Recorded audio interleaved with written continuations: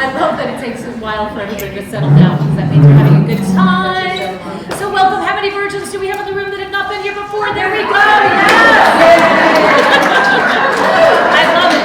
And so there's a lot of new people, and so I applaud you for walking into a room full of strangers. But I also applaud the people that walked in with their bios and you've done your homework. And so what I love about these bios is that they get sent out, and I was having dinner last night with my friend Lisa, and she said there's somebody that Lisa, raise your hand. Awesome. Who, by the way, if anybody needs a fab kick-ass executive assistant, she's your girl. Seriously, she's a queen. Anyway, she's looking for a new gig, and she's awesome. Anyway, so, but she said, wait, Twyla, I know Twyla, I met her in Dubai 10 years ago. And I'm like, how do you know Twyla from, I know Twyla from the Upper West Side. So anyway, it's like your teacher when you think your teacher lives at school. I was like, how did Twyla end up on the Upper West Side? So, I'm in Dubai. Anyway, so regarding those bios, I love to read them. I'm not a reader. I have to tell you, I have to speed read them. But I just love looking through them, and I just wanted to kind of name how many different types of women there are just in this room, and forget about the 2,200 or 3,000 people that we have on our mailing list. Anyway, so we've got artists, attorneys, professors, actors, moms, grandmothers, fur moms, educators, 2 Broadway producers. Jessica Queen is doing Tommy, by the way. 1 hour. My new bookkeeper who's going to keep me in line. There we go. And between all of you, you speak more than 15 languages. And we have my daughter Jackie, my daughter Riley's baby nurse, Teresa, over here, who became the baby nurse to the stars. Anyway, and I love her dearly. Anyway, so I love that there's just so many awesome women, and I love that you all kind of read the bios and came in here wanting to connect with different people, so that is the point of it. So I want you to raise your hand who lives on the Upper West Side. Okay, and the reason why I want you to put the neighborhood is because look around, share a taxi together, go on the subway together. Who lives on the Upper East Side? Okay, I mean, again, that's why I do it. Also, ask each other out after these events, because a lot of people get shy, and it's like they just kind of feel like I met somebody, I don't know how to exactly ask them out, need a cup of coffee, what's it going to seem like? Do it, because we need to connect with each other, especially after the pandemic. I think the one thing that we learned is that we cannot isolate, and I'm going to say this to my millennials in the back, but people are working at home and they're not getting out of their pajamas. They need to have human interaction. So get people back into the office if you are running an office. That's what I have to say. Anyway, okay. So for those of you that just are coming here for the first time, I'm going to really give you a very quick summary, which involves my love life, about how the Wise and Wonderful Women started. I'm straight. It's not. But anyway, so I had just moved into Hudson Yards. And I'm a real estate broker. I'm known as Annie Gets It Done. And so I advertised in the movie theater for a long time, and I moved into the taxis. And as I was shooting this taxi ad, I said, you know what? Forget about the real estate that I sold. It's like what I really want to do is to put an ad in the taxi saying I'm looking for a single divorced dad to remarry.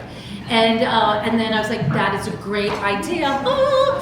So anyway, long story short, I ended up putting this taxi ad in there that was really funny. I knew it was going to be funny, and I got pushback from the male executives at the ad company that didn't want to put it in. And I went around them and I put it in another one, and it went viral, and there were about 15 million people that saw it around the world. And I ended up in the thank you. But what it said was, I'm Annie Gets It Done. I've sold billions of dollars worth of New York City real estate, but the one thing I haven't been able to get to is to find a wonderful single divorced dad to remarry. You would think it's easy, but it's not. So if you have a kind and generous soul and love your mother, but still don't live with her, and can appreciate a fit and fabulous 56-year-old woman, feel free to give me a call. So what happened, and the reason why we ended up, why you're here, is that people will come up to me about the ad, and they're like, first of all, they whisper like, did it work? And I'm like, no, I'm still looking, so thank you, Lisa, for fixing me up with somebody recently. If you have somebody, let me know. But what was mostly the most powerful thing, and I had just moved into this building, had this beautiful space, was that women said how brave I was. And I said, well, was it brave to say I was looking for love? And they're like, and it was that stare, like that knowing stare. And it was like, I said, because I said I was 56 and fabulous. And I'm 61 and fabulous now. But anyway. But what it was like that I was brave to say how old I was. And that was crazy. So I said, you know what, we've got to get women together. A lot of women are going through different chapters of their life and different kind of just like butterflies that are just like coming into their own. I just feel like later in life, it's really such a great time. But I want everybody to support each other. But I also want them to be educated and by speakers that we have up here. So a few housekeeping items. What's on your table, okay? I asked this year, this event, and I'm going to do it for every event. The Thrifty Hog is now known by a different name, but Hearts of Gold is a organization run by Deborah, who's a member of this group, and she's spoken here. She supports women in shelters and their kids. She has a thrift shop and also new clothes that are in this beautiful facility, store at 40 West 25th Street. So I'm going to ask that every meeting, if you've got clothes that are good for a thrift shop, they go directly to help women and kids in shelters. And so that's the Thrifty Hog. If anybody did drop off a donation and didn't get your little sheet, let me know and I'll give that to you. And then on here, how many of you know me from One Block?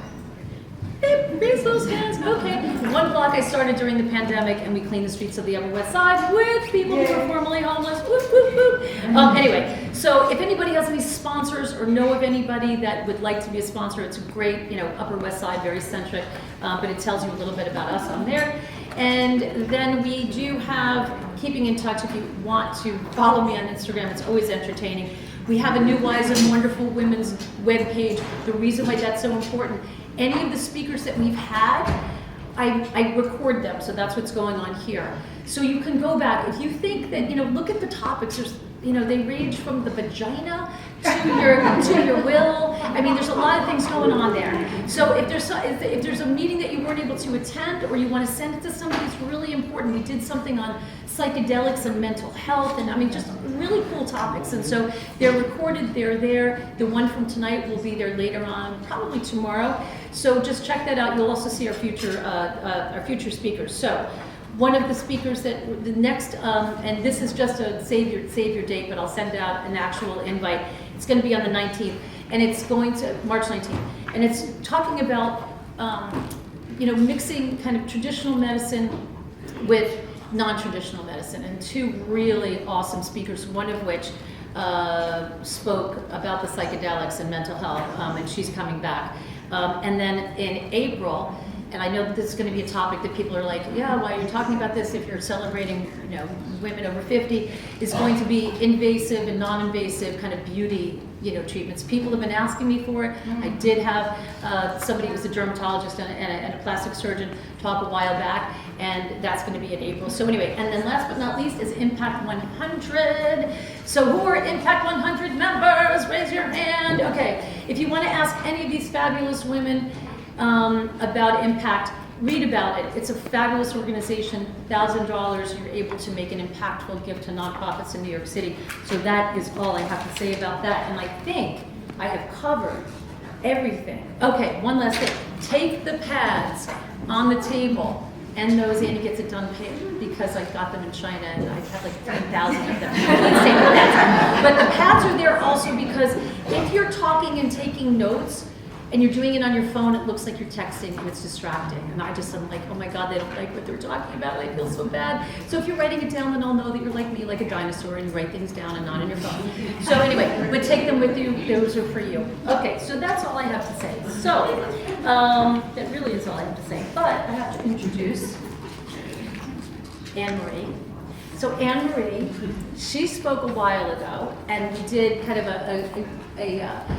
a bunch of speakers about advocating for yourself and kind of gearing it more towards the medical field. But she is, you've been saving for a rainy day, it's raining, you call her in. She's the queen. Anyway, she's a board certified patient advocate, certified oncology advocate, and recent graduate of Harvard Medical School Extension Program on Career. The answer to no. There you go. As the CEO of Patient Advocators, she optimizes the health of her clients, both mental and physical, while getting insurers to pay. She listens, she leads, and laughs and cries with her clients who are located throughout the country, Canada, and Europe. Thank you, busy girl. Come on up here.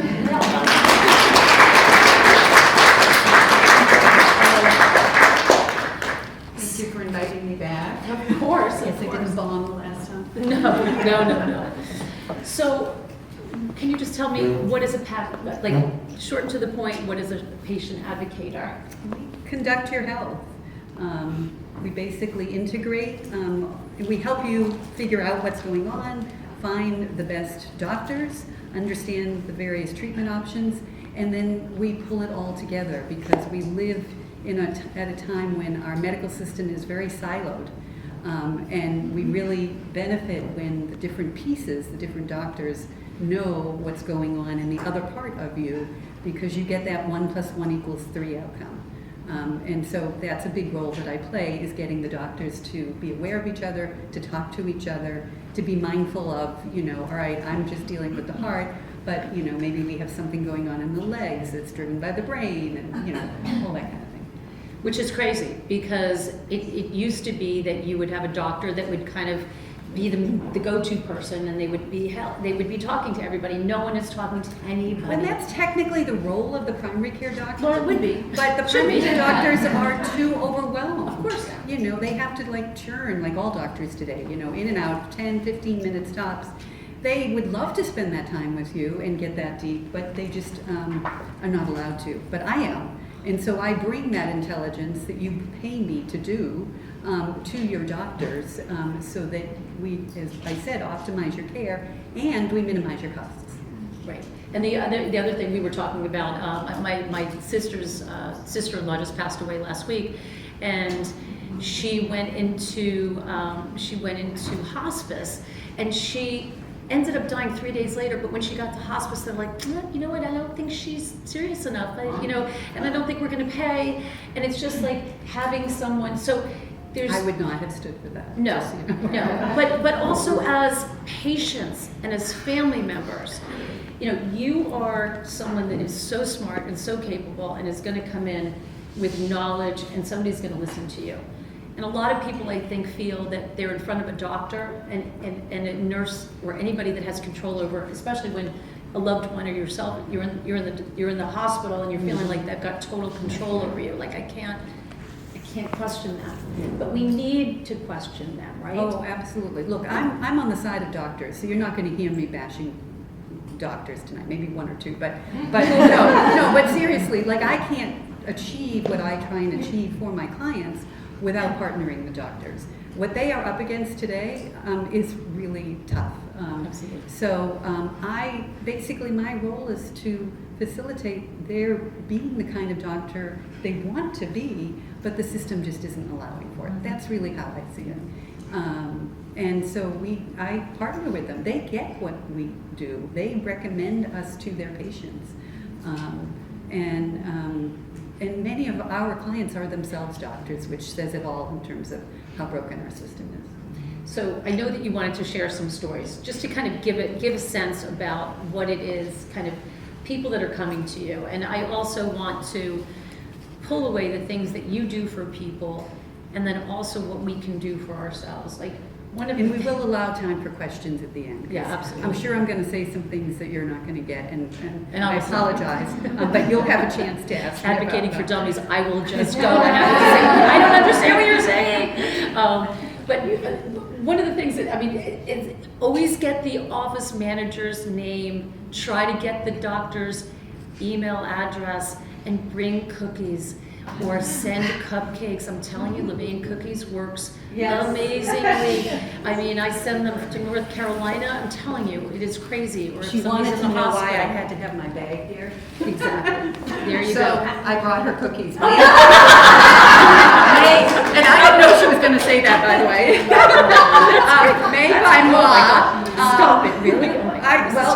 So believe it or not, we rarely get to meet our clients because our clients are on the West Coast more than anywhere else. Why is but that? I don't, but they say that things move west in this country, that they're the early adopters. Mm-hmm. And my practice is absolutely a great example of that. My first client was on the West Coast, and it's just been building and building and building like crazy since then. But anyway, for my local clients, I have been known to make cookies. So that's my way of saying thank you. Thank you. Anyway, I know from reading the bios, which mine are highlighted. You'd be proud of me. There were several women that highlighted those bios. I was very, very Well, we have a lot of advocates here in the group. I could tell that. You've advocated for yourselves. You have children who are difficult. You're cancer survivors. You have husbands who have dementia. You have aging parents. So I think if you personally aren't living it, you know someone who has, and you know what you're up against. And kudos to you who are out there doing that slog, that legwork, that sacrifice, because it's a thankless job often, and it makes you cry, and it can impoverish you because you can't work. It can do any number of things. So my heart is extended to you. And I hope I can give you something to take away that will make it easier. So yes, I'm going to tell you some stories about clients, and I'm going to talk to you about how you can protect yourself. But before we get to the stories, I thought I would just sort of paint at a macro level what is going on. As you probably have read countless times, heard on the news, we happen to live in supposedly the most prosperous country of the world, but we have, among all the developed countries, we have the poorest health outcomes, thanks to our medical system, and at the highest cost. So we're doing a really bad job, all right? And that's the world you're going into the next time you're diagnosed with something. What's driving that? It's insurers who, are the middlemen who don't want to pay, and they fight you every step of the way. And more recently, it's private equity. Private equity now owns, 30% of large group practices, of major hospital systems, and the evidence is already starting to come in that has only led to higher costs and worse outcomes. So we have a lot of market conditions that are working against us. In addition to that, medicine's become a business. I do have a lot of clients in New York. I cherish certain nurses that I have worked with over the years. Many of them are no longer at places like Sloan Kettering because they tell me it's become a business. They tell me that some of those doctors that you love, they just walked out the door. And that's not a great thing to hear. It's not what the nurses or doctors want to be doing, but it's a change in the culture of healthcare of this country. And also in places like New York, it's really hard to be like a nurse. A one-bedroom apartment is like $4,000 a month. You don't make enough. So we are not only putting people like nurses in a situation where they can't deliver the care they want to deliver because they're so put upon, they actually feel like they're compromising their patient's care. And on top of that, they can't hold that job anymore because they have to live 2 hours away in order to afford to have a roof over their head. Speaking of Sloan Kettering, because, and this is just a side note, we had a change in insurance in our family, and I wasn't sure, because honestly I get those, like, who gets what your coverage is, annually or every 6 months. You go, what the hell? Like, I have no idea, right? So we were trying to decide what to do, and I reached out to you and said, could you just look at all these plans and tell me which one that we should go to? And you were just terrific, and you pointed out that with Sloan Kettering was about to lose coverage with Cigna, right? And even though we were talking about covering my young kids, it was like, that could happen to us, but it could happen to them, and you don't know. And I didn't know that Cigna was about to not be working with Sloan Kettering. And think about all those people in the middle of cancer treatment that just lost their insurance coverage, right? So this is just, you've got wonderful information. It's material. So the upshot of all of that is that, believe it or not, medical error has for a long time been the third leading cause of death. After heart disease and cancer, I know, and that's only getting worse. That number's only climbing because of the nature of our healthcare ecosystem. So beware. However, on the good news front, I will tell you that there is some positive news here, and that is AI, I really think, will have the greatest potential on medicine, more than almost any other field, in my view. It's a very complex healthcare system that we around the world have created. You know, we have tens of thousands of drugs and procedures and diagnoses, and it's a lot for any one person to keep track of, but it's really easy if you are an AI software program. And I've been using it for years, so I'm a huge believer in it. I also think that while there's never a good time to have cancer, now is a better time to have cancer because of precision medicine. So we spend a lot of time trying to get the doctors of our clients to agree to doing genomic testing, because then we can match up, you know, their body with certain therapeutic drugs that are going to just be more effective than all the old stuff. Just because I don't want to go off on a tangent on that, just summarize what that is. What does that mean? Well, so we are we have genes. We were born with genes that came from mom and dad, and then we have genes that change over time as we exist in the world.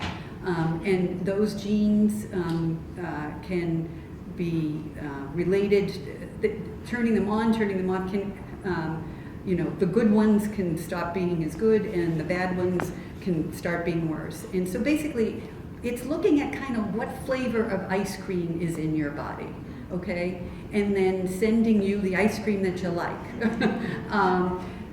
So my breast cancer is probably very different from your breast cancer.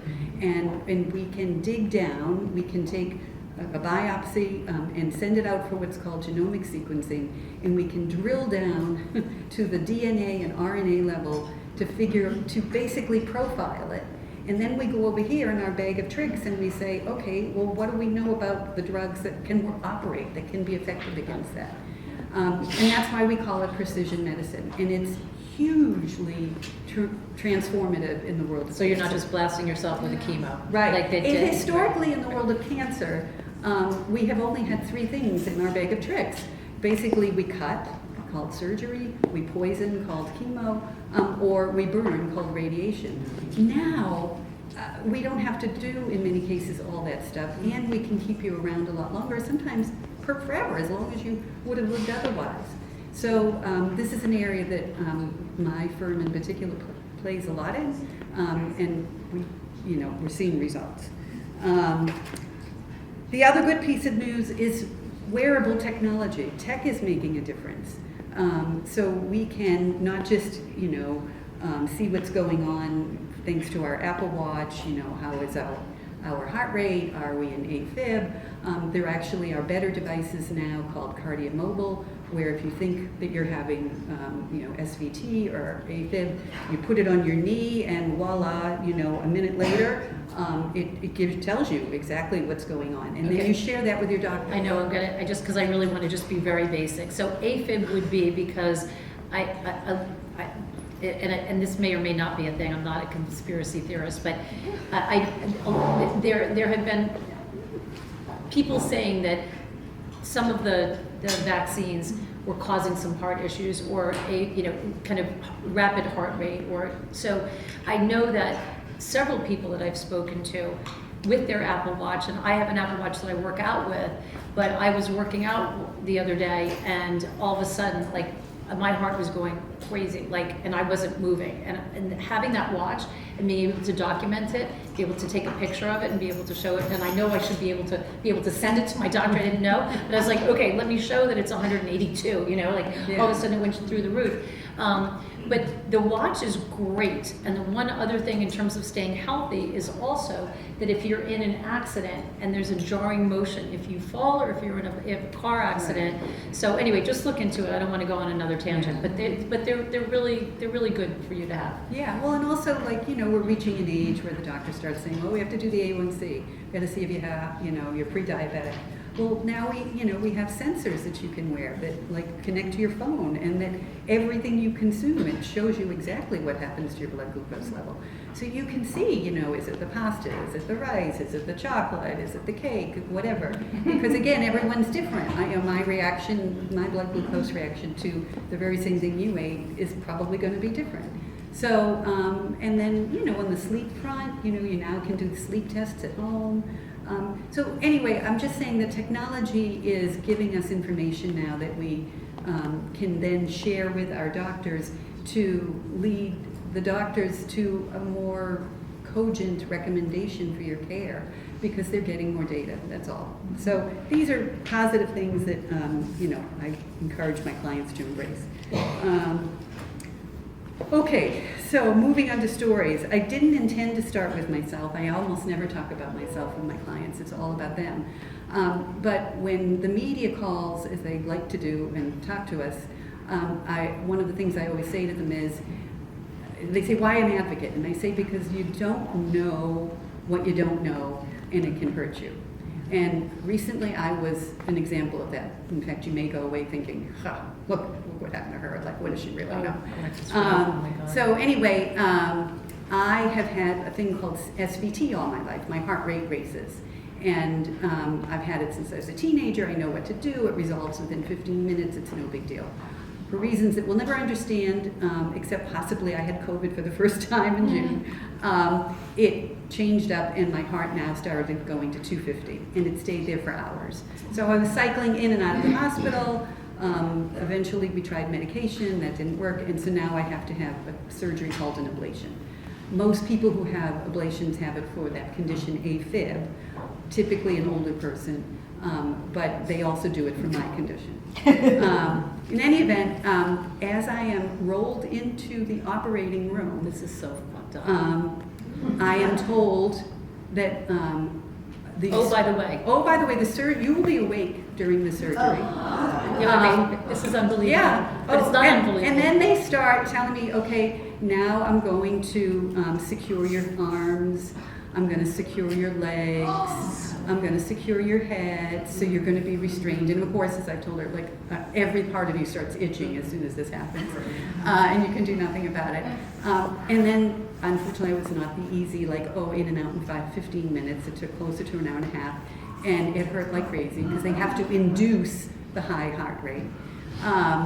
So in any event, I got through it. I got home out the day after, and I'm like, God, I can't believe that went down the way it did. And as I mentioned, many of my clients are physicians. One of them is a hospitalist, so she's in a hospital setting. And What is a hospitalist? a Sorry. hospitalist is kind of like your primary care doctor when you're in the hospital.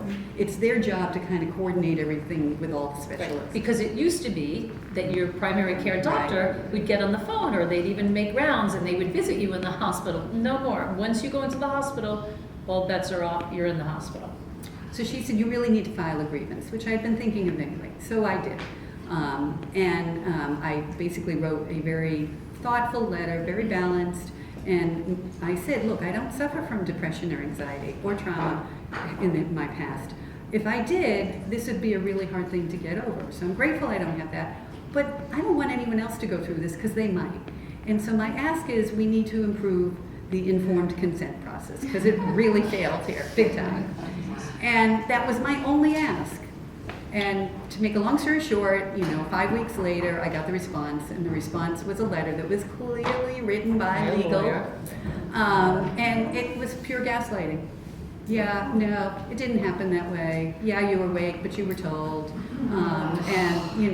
Really, you should just, I guess, pay attention more in your appointments. Meanwhile, I'm like, my husband, he was with me every step of the way. I'm Right. Like, did you You kind of know miss what you're that? talking about. And he's like, no, I didn't hear that either. So my point is, you don't know what you don't know, and it can be harmful. It was limited in my case.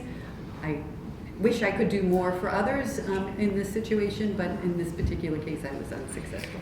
One of the things I want to say about, and this is a very small thing, but it becomes a big thing, when I was going through infertility treatment, especially with women, even with women doctors, it's not a male bashing doctor thing, but I would go for these tests, and no one except for my girlfriends that had gone through the tests would say, heads up, this is going to hurt like a bitch. And no one would say it, including having a D&C that somebody wanted to do in the office with no anesthesia. Oh yeah. And when I went to this particular doctor, they actually had someone going through this who was like screaming in the other room, and the nurse is sitting there going, basically like, it's okay, like it was unbelievable. But reach out, like, you know, whether, like, use the Facebook page, reach out to friends. Like, the Facebook page is just an easy go-to, and it's private in terms of the Wise and Wonderful Women. Like, I just put something about my foot, and like 7 or 8 people wrote back. That's great.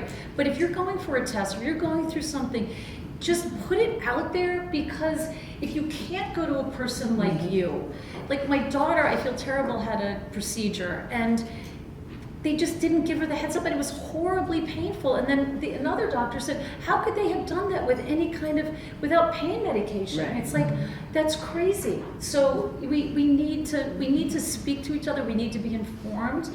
But when something happens, pain is an area that's very underserved. I see it all the time in my practice, and it's heartbreaking. It really is. So turning my attention to a real client, not just me, we're going to call him Cliff, and his story I call Admitted, Then Committed. Cliff is black and lower income, and I mention that because I think ultimately it found its way into what happened. I can't say that for sure, but I think it was there. He was in the hospital having a kidney stone removed for the second time because they failed the first time. And they came and told him that he had a heart attack during the kidney stone removal surgery, and they needed him to stay on as a patient. They needed to do tests and probably needed to do some cardiac surgery. And he said, no.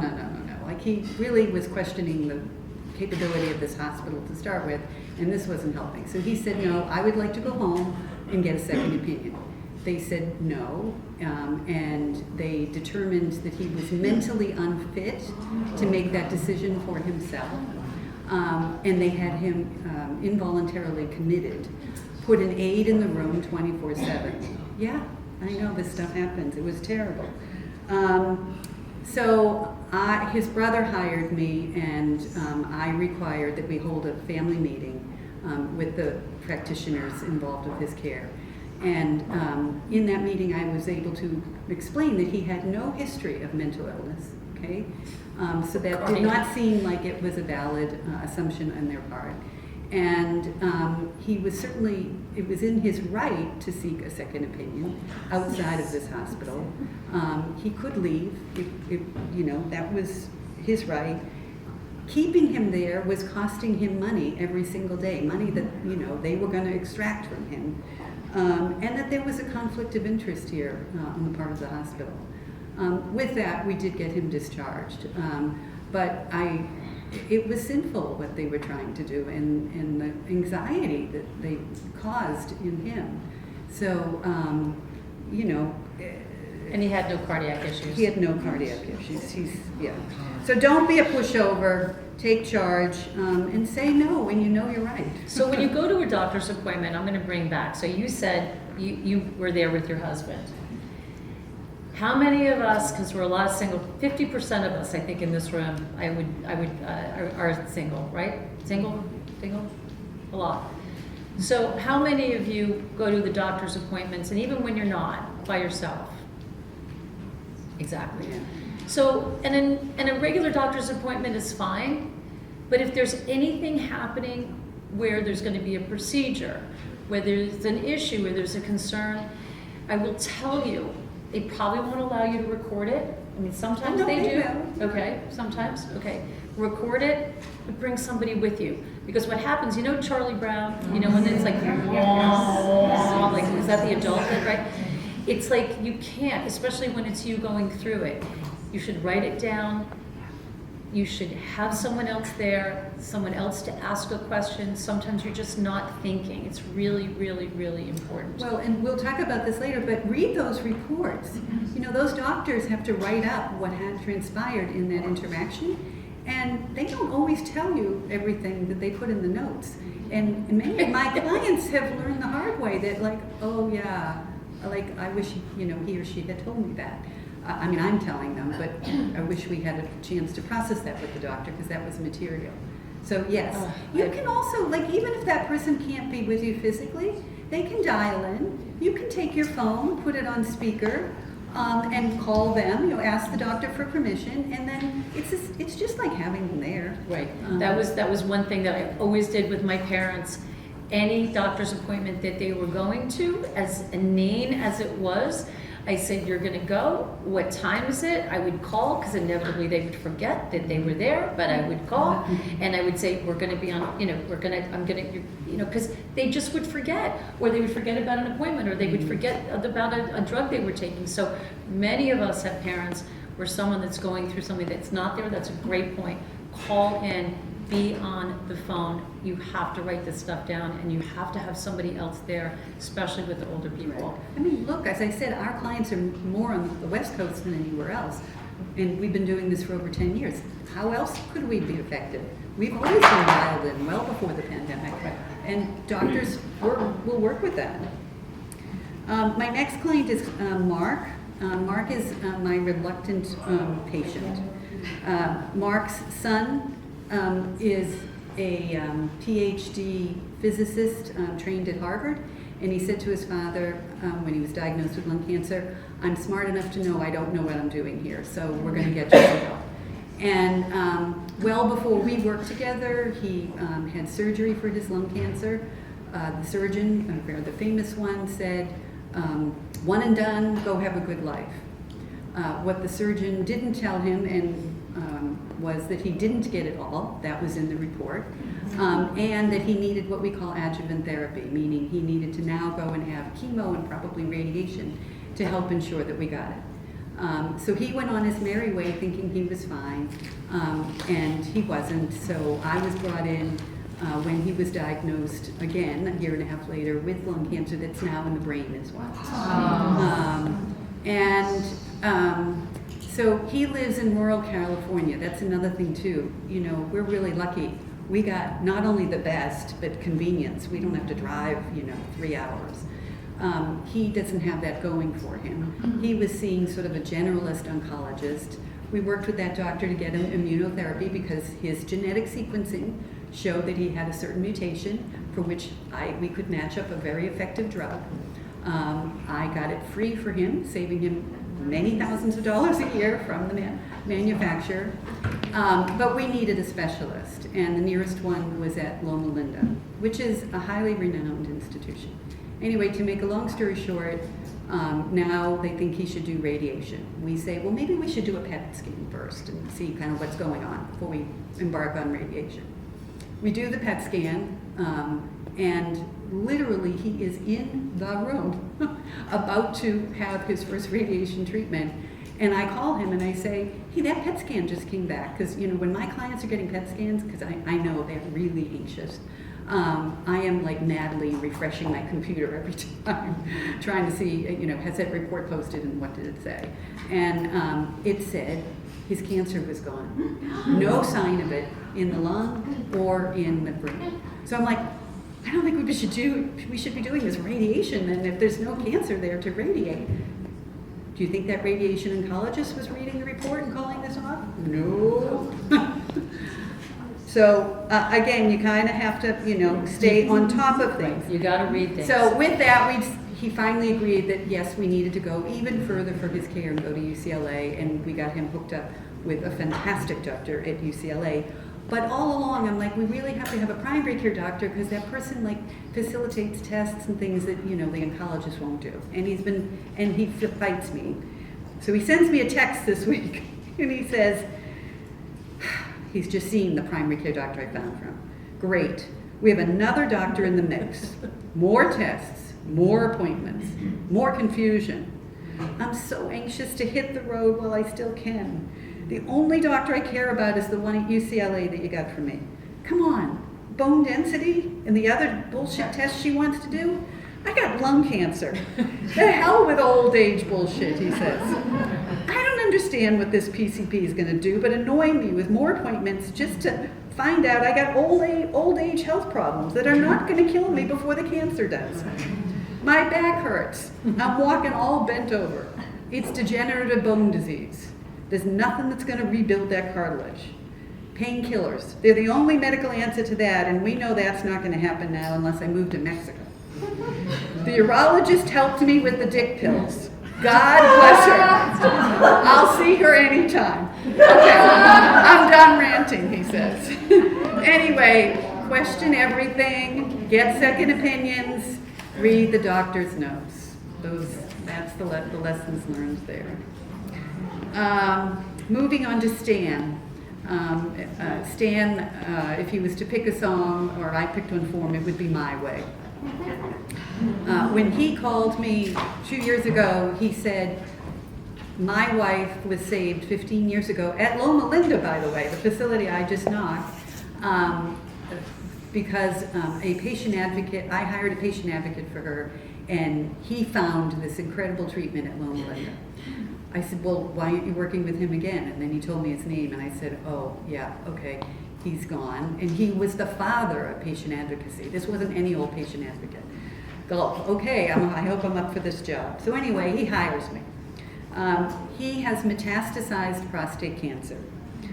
He also has treatment-resistant depression. And the reason that's relevant is because, shockingly, if a man comes down with prostate cancer, think about this. Men have historically been most of the doctors and controlled the research dollars. But somehow they have never found a way to improve upon treatment for prostate cancer, which basically is castration, either surgically or through hormones. Those hormones and the surgery can often cause or lead to depression or worsening depression. If you have bad depression to begin with and nothing we've thrown at it has worked, this is very worrisome. So he said, I'm not willing to do standard of care. I get that. Okay. So we went to 10 doctors in this country, from MSK all the way out to UCLA. We heard 10 entirely different things. No, we can't radiate. Yes, we can radiate some things. No, yes, we can radiate everything. You name it. We heard it all. In the end, we created our own playbook. He did not do standard of care. He went to Germany to access a treatment that he couldn't get here, and his cancer is gone. Yeah, it's amazing. It's really amazing. I mean, with any cancer, we don't know how long it will stay that way, but the fact that there's no evidence of it in his body is unbelievable. So when you're saying that you're going to 10 doctors, the thought of going to 10 doctors is like worse than preschool admission in private schools. like going to 10 like interviews. Like I can't imagine doing that, but also the cost of that. So when you are meeting with the specialist, and if you go insurance-wise, and again, it depends on what insurance somebody has, but if you're meeting with people to get consultations, how does that typically looked upon by the insurance companies? Because I think, again, in an ideal world, we get access to all kinds of things, and we can go to Germany, and again, I think going straight to Germany would be great, but if you're having all these consultations, what happens? What's the cost of that? And it again depends on your insurance. Medicare will allow you to have as many second, third, and fourth opinions as you want. The cost really is, many institutions require that you go there. So it's the time and expense of getting to Boston to Dana-Farber, or getting to LA to UCLA, or San Francisco to UCSF. But there's usually not a limit on the number of consultations that you can have. And what about, so when you're doing these tests, because we were talking about, again, end stage, just because my sister has just gone through this with her sister-in-law, and we were talking about also with when you do have end-stage disease, doctors not wanting to say it. So, she was like actually dying. She like died in a few days, and they were still like, okay, your next chemo treatment. It's like, so I think it's important to, when you're having tests, to be able to say, okay, I even did this with my cat. It's just like, okay, like, so if you test for that, would I treat it? Like if I test for that, what happens with that test? Or if I've already had that test, do I need the test again? Right. Because again, oftentimes you're getting tested for many, many, many things. blood tests. Well, you're that you paying got- for those tests. Well, exactly, that's what I'm saying. If you've just had all those tests and you go to another doctor, bring the test. So when I was going through infertility, what I realized is that, first of all, you get to this new doctor, you have to fill out this form, you spend, like, they go, get there a half an hour in advance, you gotta fill it out, and then you go in and they take that clipboard and they put it to the side and they start asking you questions. It's like, I just spent a half an hour and gave you, like, everything. What is this? And they're not looking at it. So what I would do is I started to keep all of my test records and a summary of what had happened, summarizing it so there didn't have to be this much. And I put it all together and I would send it to the doctor in advance and I would say, could you please have them look at it. They may or may not have done it, but at least, and then I came in with it and I had it. And it was just so important because you have to be on it. They don't see it. They're like, oh yeah. And I found myself going, why? And it's like, well, maybe we could try that. And they're like, yeah, you're right. It's like, I'm a real estate broker. I'm not a doctor. But what happens often is that doctors either don't want to give the bad news, right? Because with somebody that has terminal cancer or terminal disease, you have to ask those questions. And it's very hard to say it to a loved one that is facing something because their spouse is there and the spouse wants them to keep fighting. But like, I have a friend of mine that I know that she's done, but if she gives up, she's letting everybody down. So we were talking about that today. Well, we go there with our clients. Exactly. So talk about that, because sometimes you being able to say, like, look, we have one of my clients in the New York area, she had glioblastoma. And that's not a winnable fight. And she made it clear. And that is what the brain. I don't ever want to know the bad stuff.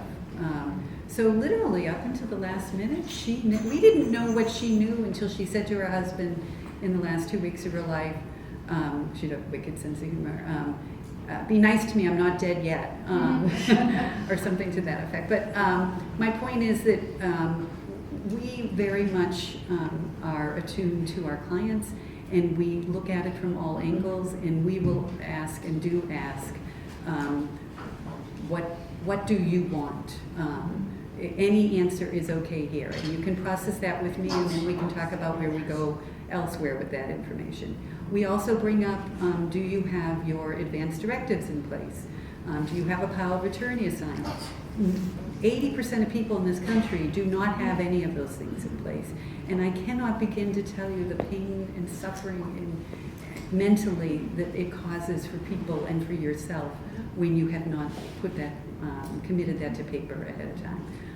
And I go overboard. My kids, if they were here, they would say, oh yeah, we know. Mom's philosophy on this is, when in doubt, take her out. Right.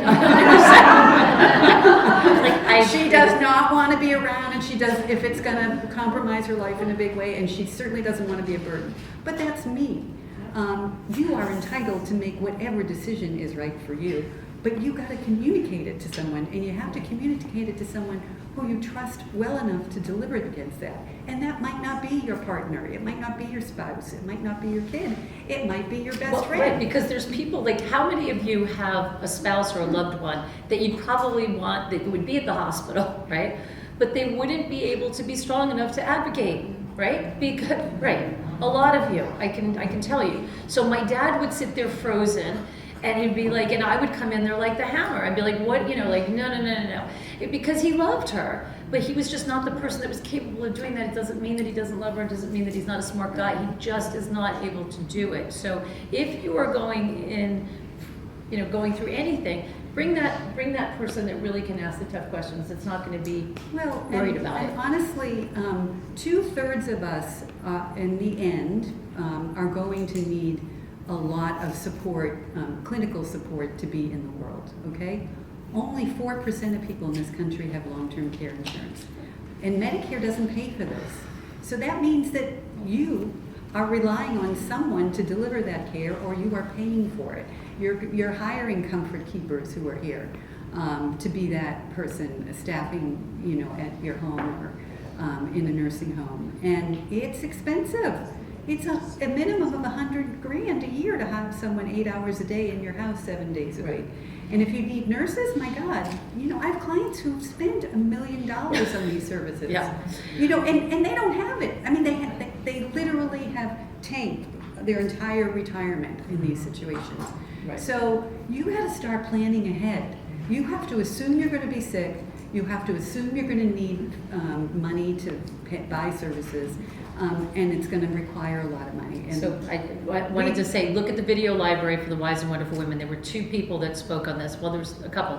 There was elder care, because they spoke about some really important things that you absolutely have to have for the parents in your life. You need to have it, or spouses, or really anybody in your life, because you can be hit by a truck.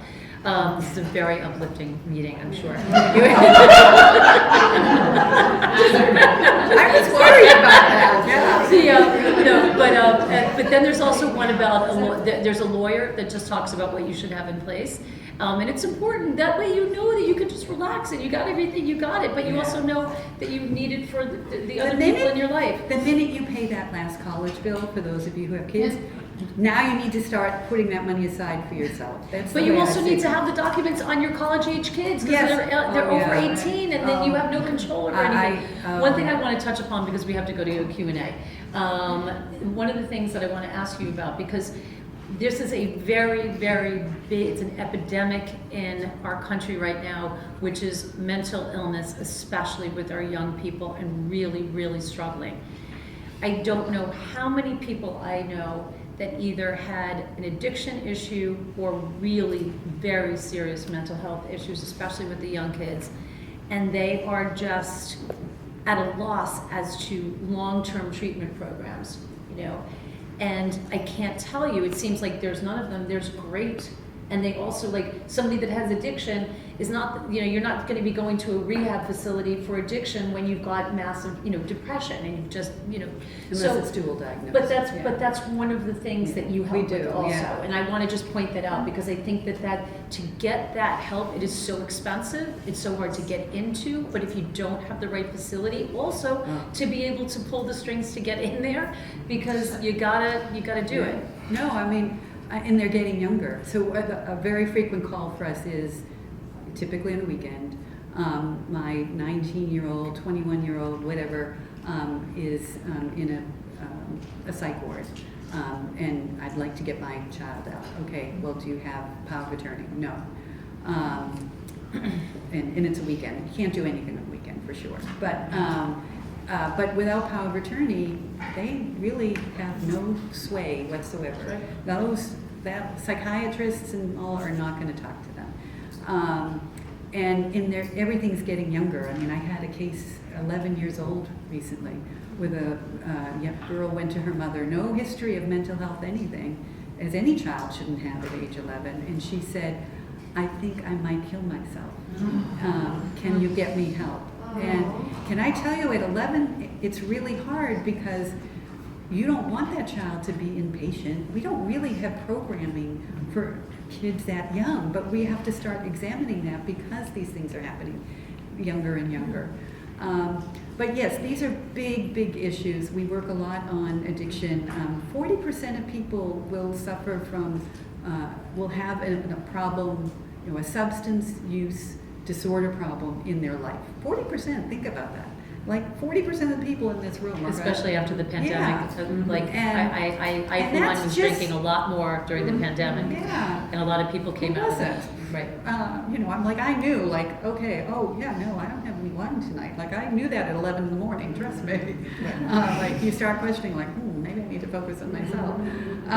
In any event, so that's just a substance use disorder. Then on top of that, my God, depression is just run rampant. Anxiety is high. There's a lot of, we now recognize trauma and what it does to people's physiological situation, as well as their mental health. So we spend a lot of time working on this. We get people into really great treatment programs. We try and get it covered as much as possible. And unfortunately, the psychiatrists that often treat these people have no idea what the best programs are.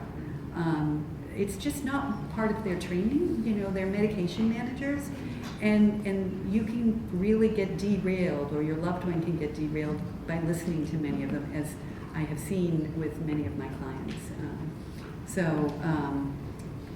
Be careful, you know, vet recommendations from psychiatrists before you accept them just because they're the doctor, because it can have painful results. Yeah, I think it's really important to remember that a doctor is not God.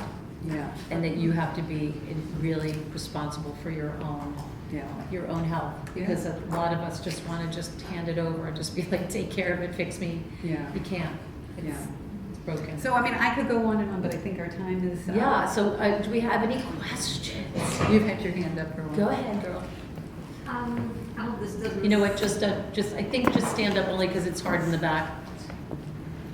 Yeah, I'm sorry, I hope this doesn't seem crass, but I'm just curious. I'm assuming that your services are not covered by insurance, Correct. right? So a ballpark figure, what would your services cost? Oh, it's right on our website. We charge $250 an hour. We have clients for whom we do something really discreet. I'm newly diagnosed with breast cancer in New York. We've seen this a lot. You know, who are the top docs? Help me, you know, get an appointment immediately. You know, that's a very small, discrete project. But then we have clients, this is more typical, for whom we start out doing one thing and they like that and they keep buying more and more services. We have families that, like, we started with the dad, we're now working with the mom, we also work with this daughter-in-law. You know, one of our earliest clients 8 years ago, the parents hired us. The daughter, young adult, she had mental health and she had physical problems. Anyway, to make a long story short, her parents, she did not put on my HIPAA form, and that was challenging, but we worked through it, and the parents were still paying the bills. They have since hired me for the husband. They recently recommended me to the other daughter's mother-in-law. It's a family affair. Yeah, it is. So the HIPAA form is the form that says the doctor is allowed to talk to you. And if you don't have the people that you want the doctor to be able to talk to, they can't talk to them. Any other questions? Yes. My parents are, my mom's 83, my dad, and they're fabulous. My dad's 89. And however, I'm concerned because they're relying on Medicare. Is it Medicaid? I know, it was no, always Medicaid for the older people. And Medicare is the care part of it. Medicaid, if you qualify, if Is you're the aid. basically financially ruined, Right. then they can add that on as well. So with a lot of my girlfriends, with their families, they have put the parents' assets into a trust, lived off the trust, and then they were able to have full-time health care, you know, and the things that they need. My parents are not taking care of themselves because they own their house and they have all of that. And my dad's having short-term memory loss, and I said to him, like, he was very receptive if I spoke to his lawyer. They're in Indiana, so I only know about New York State. How would I find an advocate or someone to help me manage that part so I could talk to the lawyer to... So just put in, lawyers who do Medicaid applications in Indiana to Google, and you will come up with resources. I will tell you, again, not to be a Debbie Downer, they do a 5-year look back. Yeah, you can't just put it in. You can't just put it in You're trust. probably too late to affect that.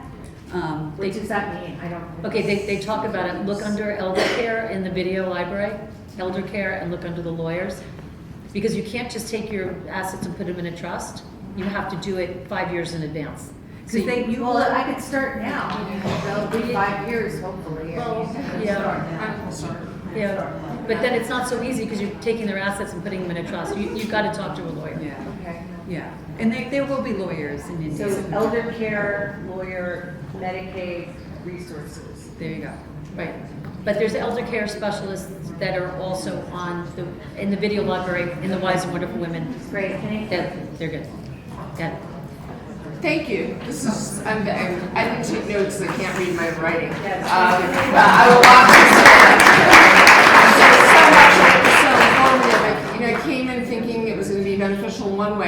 really been wonderful in so many ways, and I have a lot of follow-up to do, but one question I have is, do you work with people to just kind of get your insurance company to actually give you what they're supposed to do in terms of So we have reimbursements? saved our clients collectively at this point $6 million. Okay. So another learning, read your policies. I know, they're gonna put you to sleep. You know, they're like 30 pages long in small print and it's boring as hell. But can I tell you, in reading my clients' policies, that has been the biggest source of savings, because I have found clients who have, like, did you know you have benefits for private duty nursing? I do. Yeah. So one client, I recovered $330,000. He had spent $1 million. He had a brain infection out of nowhere. It happened like as soon as the COVID started. His family wasn't allowed in the rehab facilities. They hired help to be them in the facilities. It cost him $1 million. I got a third of it back for him. Another client went to Mexico. Her husband went out in the morning to get coffee. He came back. The only part of her that moved was her eyeballs. Again, out of nowhere. She had Guillain-Barré syndrome. They brought her back from Mexico. She went to a hospital, a long-term care acute hospital for a year. Nothing improved, nothing. They sent her home to die.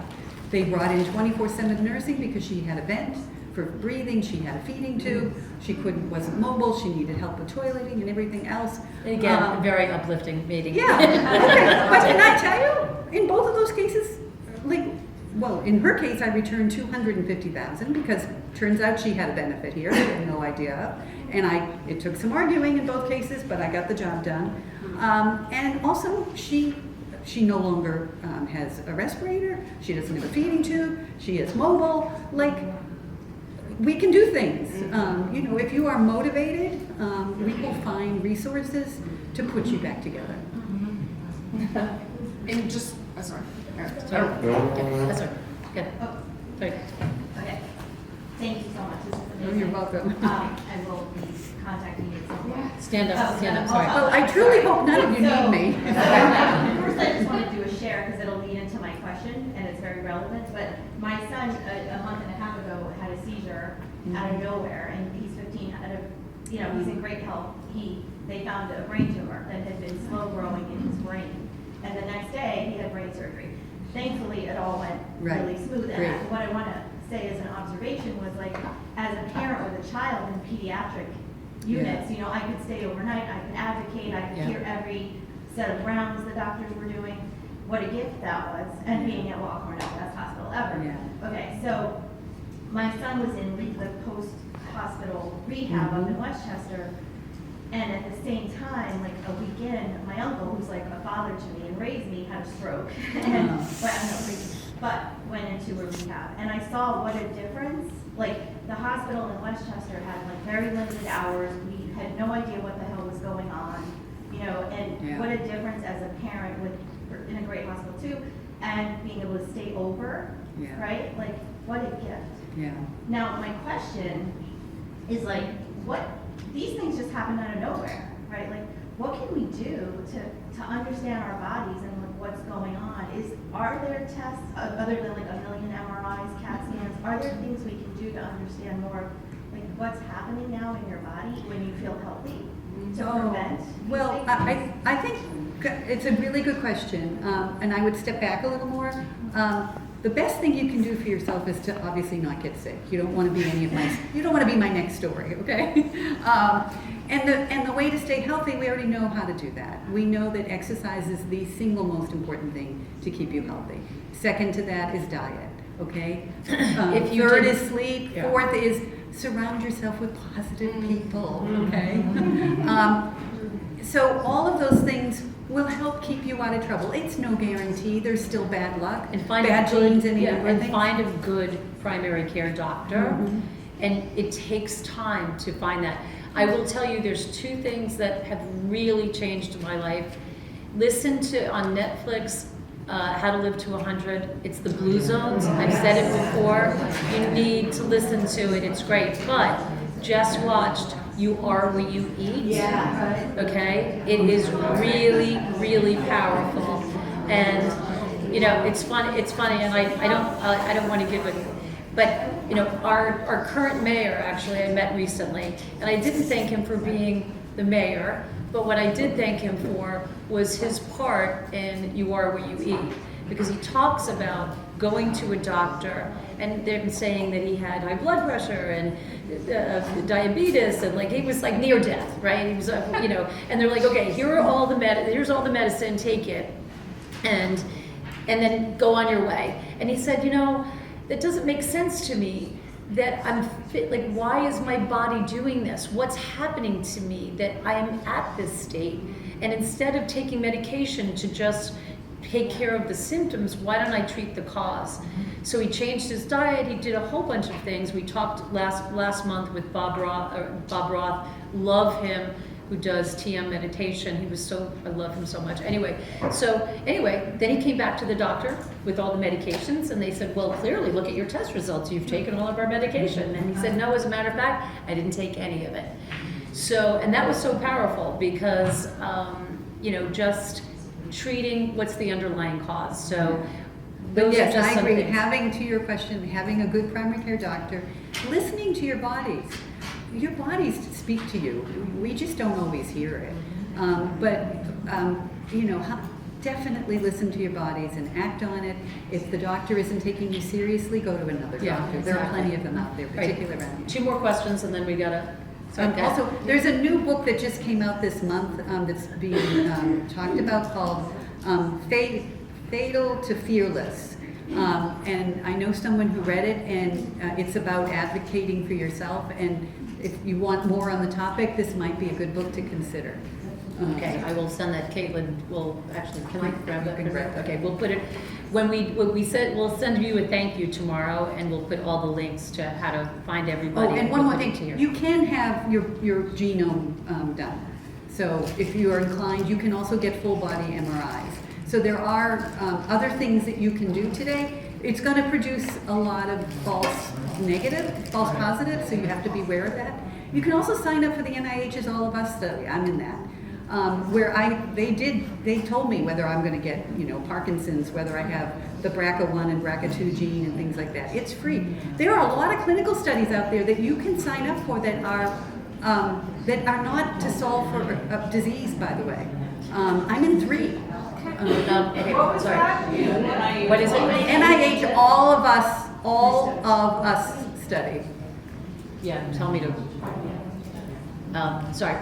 Are you a billing advocate too, or do you? I am. You are. And then, what do you think of the new apps that are out for advocacy and matching people with care providers, and a lot of companies are now kind of going to these companies? I haven't used any of the apps. I mean, there are companies that, like Solace, will, frankly, they do a lot of what we do. I actually collaborate with them with some clients.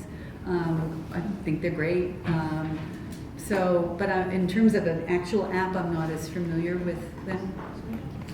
In the corner, sorry, go ahead, and then that's gonna be the last one, sorry, go ahead. Yep, Sue.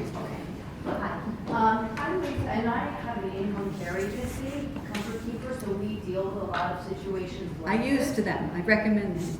Oh, thank you. So my question is, how do you deal with a situation where you've got family members not agreeing on patient care or strategies, which even causes more strife and just makes it even harder to deal with because you've got that family dynamic going on at the same time you're trying to figure out how to provide the care and what to do going forward, and everyone's just arguing and can't agree on it. But how wonderful to have somebody that's Yeah, not the we- kid or Right. it's like the voice of reason. We do a lot of mediating, Yeah, but we're I would- always clear it comes back to our client. That's the person we serve. So we'll entertain what you have to say. We'll find a way to, you know, communicate it in a sensitive fashion. But no, you are the patient. You are our client, and that's the only voice that I matters. want to thank you. This has been